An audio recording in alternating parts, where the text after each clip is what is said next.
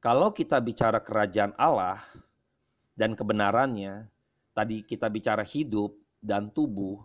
Tubuh itu kaitannya nanti kebenaran firman Tuhan katakan, tidak tahukah engkau bahwa tubuhmu itu adalah bait Allah?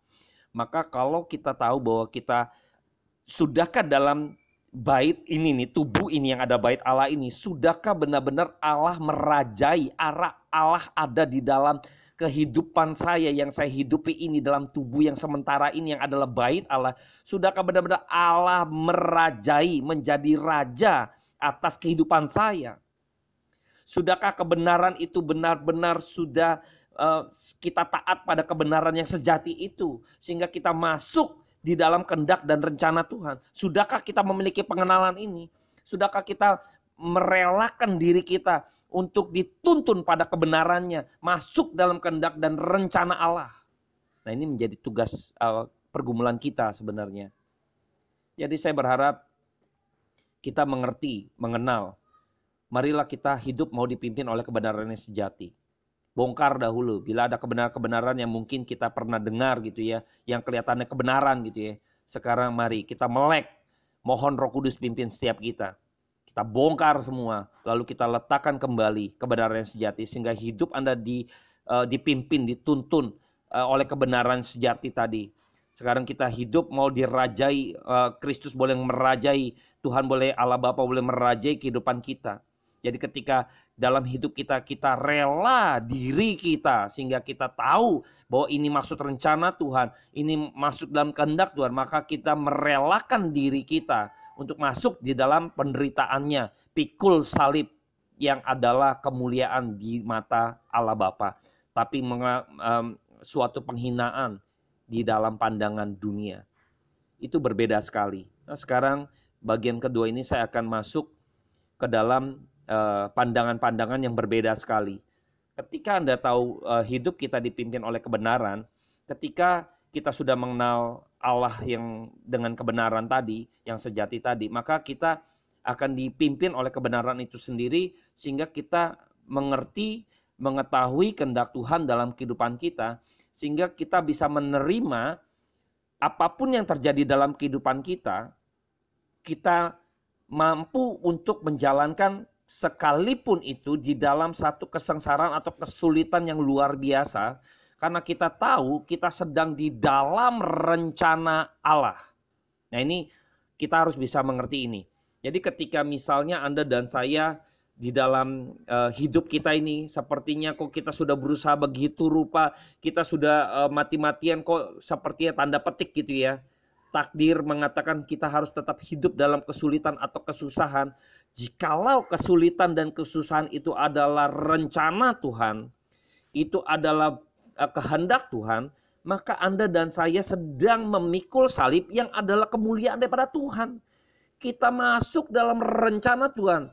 Coba bayangkan, kita masuk di dalam rencana Tuhan. Jadi Tuhan mau pakai hidup kita ini masuk dalam rencananya Dia.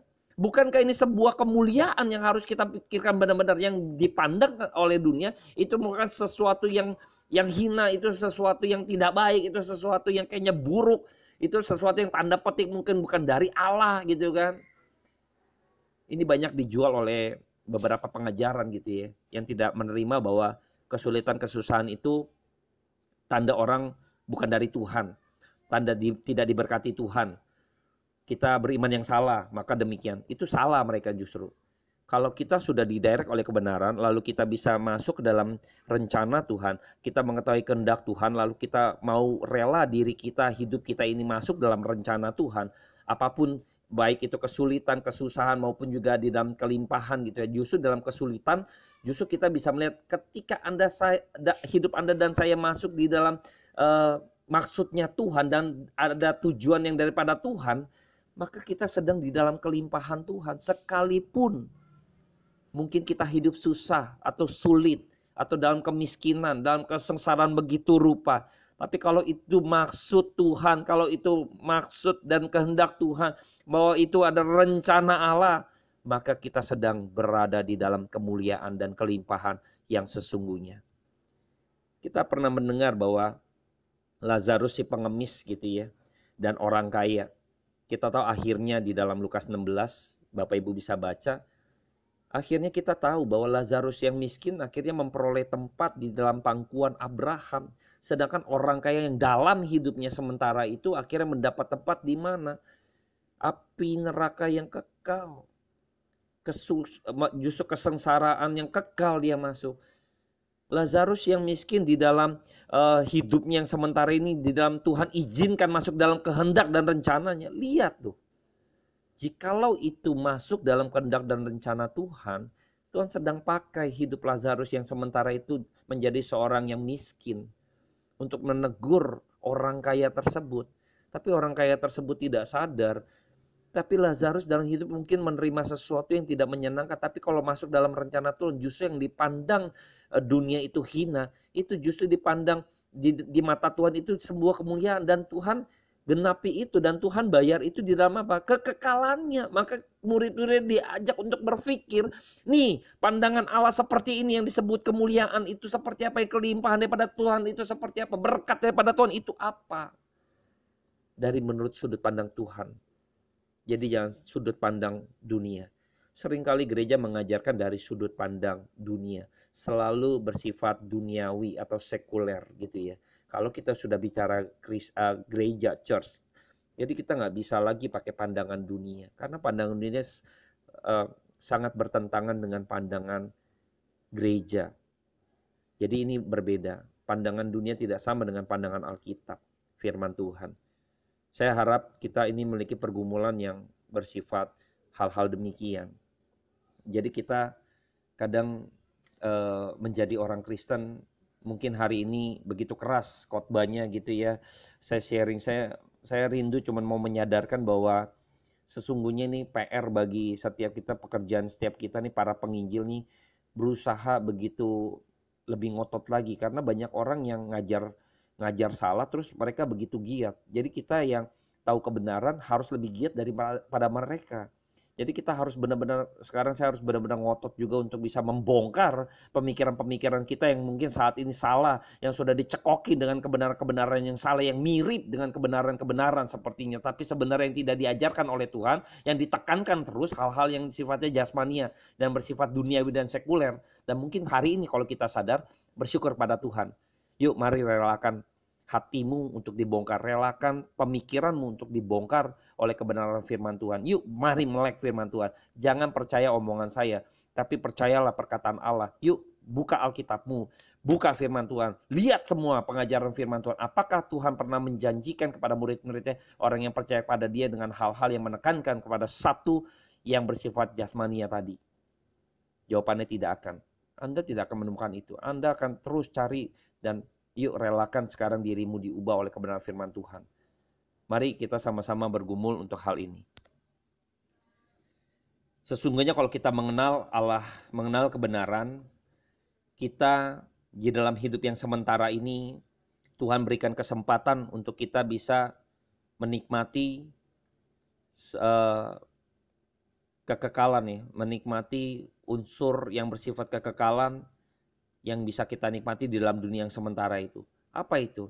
Yaitu hidup lebih suci, hidup lebih kudus, hidup yang dipimpin oleh kebenaran yang sejati, hidup yang mengenal kebenaran yang sejati, hidup yang mau mendengar perkataan Allah yang bersifat kekal itu, yaitu firman Tuhan. Mau belajar firman Tuhan. Ini firman Tuhan itu bersifat kekal. Kalau kita memiliki keinginan, kerinduan untuk terus membaca, mempelajari kebenaran firman Tuhan, itu sebenarnya adalah kenikmatan di dalam kesementaraan, kekekalan yang bisa kita nikmati di dalam kesementaraan. Tapi kita nggak pernah mau bergumul untuk hal ini. Banyak orang nggak mau yang namanya mengecap kebenaran itu, yang perkataan kekal ini. Banyak orang tidak mau demikian. Nah, saya berharap ketika Anda dan saya sudah dibongkar pemikiran, lalu kita meletakkan kebenaran yang sejati itu dalam iman kita, pikiran kita, maka saya yakin gitu, Roh Kudus akan bekerja memberikan kerinduan buat Anda dan saya. Akhirnya kebenaran itu akan Roh Kudus itu akan bekerja memimpin Anda, menuntun Anda, terus akhirnya Anda mencintai firman Tuhan. Akhirnya Anda mau rindu menggali firman Tuhan. Karena itulah salah satunya. Kita sudah benar-benar diisi oleh kebenaran sejati. Karena kebenaran sejati itu akan, perkataan Allah itu akan menggembalakan kita untuk apa? Mendengar perkataannya, yaitu firman Tuhan. Kan firman Tuhan mengatakan gitu kan, domba-dombaku mendengar suaraku, yaitu apa? Alkitab, firman Tuhan. Mari kita sadar, kalau kita misalnya masih belum memiliki kerinduan firman Tuhan gitu ya, berdoa memohon belas kasihan daripada Tuhan. Yang pertama harus bongkar dulu. Mungkin Anda dan saya ada beberapa rekan yang dari yang mendengar ini ada pemikiran-pemikiran yang mungkin nggak match gitu ya, yang kok saya dapetinnya lain ya, saya dulu kayaknya nggak gini, ini berbeda dengan saya nih, ini bukan aliran saya. Nanti dulu, yuk open your mind, buka pikiran Anda, yuk mari sama-sama kita kupas kebenaran firman Tuhan, kita melek firman. Yuk, kalau kita benar-benar kita rendah hati, kita mau dibongkar habis-habisan dulu oleh kuasa firman Tuhan itu sendiri. Jangan jangan percaya perkataan saya, tapi biarlah percaya kepada firman Tuhan, perkataan Allah. Yuk, mari kita mau fair, istilahnya gitu ya. Kita mau untuk benar-benar bongkar habis-habisan dulu, pondasi kita bangun ulang, kita rebuild lagi iman kita gitu kan, dengan kebenaran firman Tuhan. Mari melek firman Tuhan, teman-teman. Ya, saya pengen kita juga benar-benar memikirkan hal-hal yang demikian. Inilah sebenarnya pergumulan-pergumulan yang harusnya kita gumulkan. Bukan hal-hal yang tadi ya, makan, minum, dan pakaian. Bukan, jangan gumulkan itu. Karena Tuhan tahu, Tuhan akan cukupkan, Tuhan akan berikan kok. Tapi bukan berarti nanti nggak bekerja ya, bukan itu ya. Saya nggak ajarkan gitu.